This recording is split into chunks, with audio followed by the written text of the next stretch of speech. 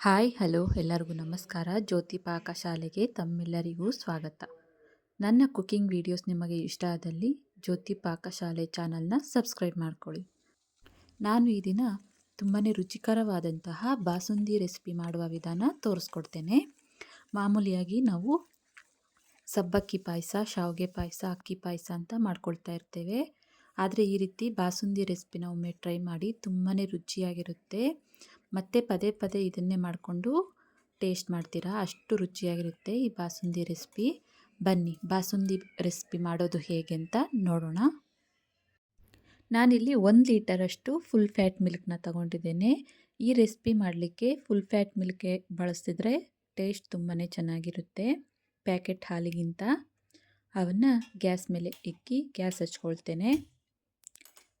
ಹಾಲನ್ನ ಲೋ ಫ್ಲೇಮಲ್ಲೇ ಕಾಯಿಸ್ಕೊಳ್ಬೇಕು. ನೋಡ್ಬೋದು, ಹಾಲು ಉಕ್ಕಿ ಬರ್ತಾ ಇದ್ದಾವೆ. ಈ ರೀತಿ ಕೆನೆ ಬಂದಾಗೆಲ್ಲ ಈ ರೀತಿ ಸೈಡ್ಗೆ ತೆಗೆದು ಚೆನ್ನಾಗಿ ಇವನ್ನ ಕುದಿಸ್ಕೊಳ್ಬೇಕು. 1 ಲೀಟರ್ ಹಾಲು ಅರ್ಧ ಲೀಟರ್ ಆಗೋವರೆಗೂ ಲೋ ಫ್ಲೇಮಲ್ಲೇ ಕುದಿಸ್ಕೊಳ್ಬೇಕು ಹಾಲನ್ನ. ನಾನಿಲ್ಲಿ ಕೇಸರನ್ನ ತಗೊಂಡಿದ್ದೇನೆ, ಸಾಫ್ರಾನ್. ಅದನ್ನು 1 ಚಿಟಿಕೆಯಷ್ಟು ನೋಡ್ಬೋದು,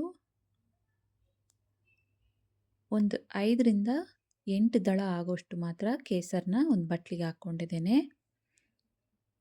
ಇದನ್ನು ಜಾಸ್ತಿ ಹಾಕ್ಲಿಕ್ಕೂ ಹೋಗಬಾರ್ದು. ನೋಡ್ಬೋದು, ಇಷ್ಟು ತಗೊಂಡಿದ್ದೇನೆ.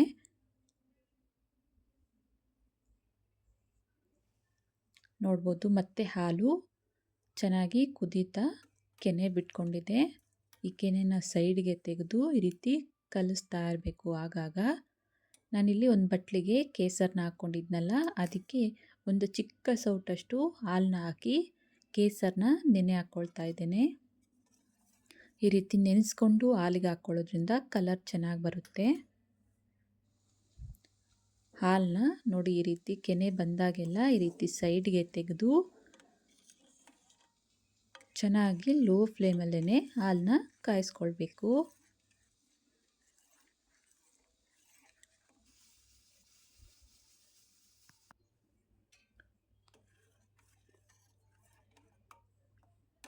ಈಗ ಇದಕ್ಕೆ ನೆನೆಸಿಕೊಂಡು ಇರುವಂಥ ಕೇಸರಿ ಹಾಲನ್ನ ಹಾಕ್ಕೊಳ್ತಾ ಇದ್ದೇನೆ.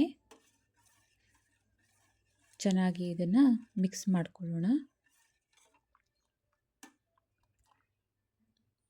ಮತ್ತೆ ಇದನ್ನು ಕುದಿಸ್ಕೊಳ್ಳೋಣ. ನೋಡ್ಬೋದು, ಕೆನೆ ಕಟ್ಟಿದೆ ಹಾಲು.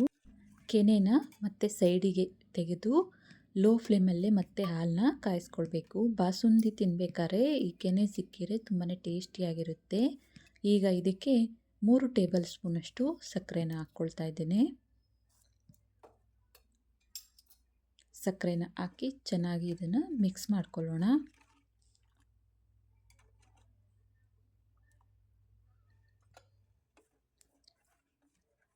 ಲೋ ಫ್ಲೇಮಲ್ಲೇ ಈ ರೆಸಿಪಿನ ಮಾಡ್ಕೊಳ್ಬೇಕು. ತುಂಬಾ ಟೇಸ್ಟಿಯಾಗಿರುತ್ತೆ.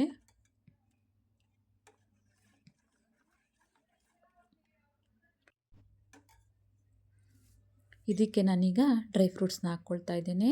ಒಂದು 5ರಿಂದ 6 ಗೋಡಂಬಿನ ಕಟ್ ಮಾಡಿ ಸೇರಿಸ್ಕೊಳ್ತಾ ಇದ್ದೇನೆ.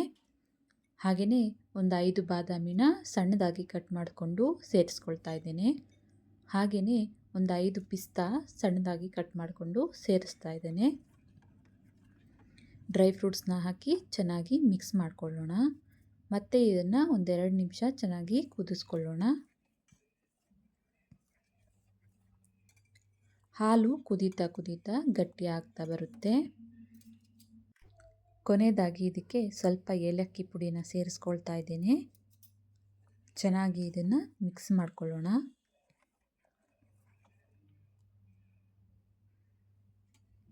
ನೋಡ್ಬೋದು, ಹಾಲು ಕುದೀತಾ ಕುದೀತಾ ಗಟ್ಟಿ ಆಗಿದೆ. ಅರ್ಧ ಲೀಟರ್ನಷ್ಟು ಆಗಿದೆ. ನೋಡ್ಬೋದು, ಇದು ಸ್ವಲ್ಪ ತಣ್ಣಗಾದ ನಂತರ ಇನ್ನೂ ಸ್ವಲ್ಪ ಗಟ್ಟಿಯಾಗುತ್ತೆ. ಈಗ ಗ್ಯಾಸ್ ಆಫ್ ಮಾಡ್ಕೊಳ್ತೇನೆ. ಇದನ್ನು ಸ್ವಲ್ಪ ತಣ್ಣಗಾಗಲು ಬಿಡೋಣ.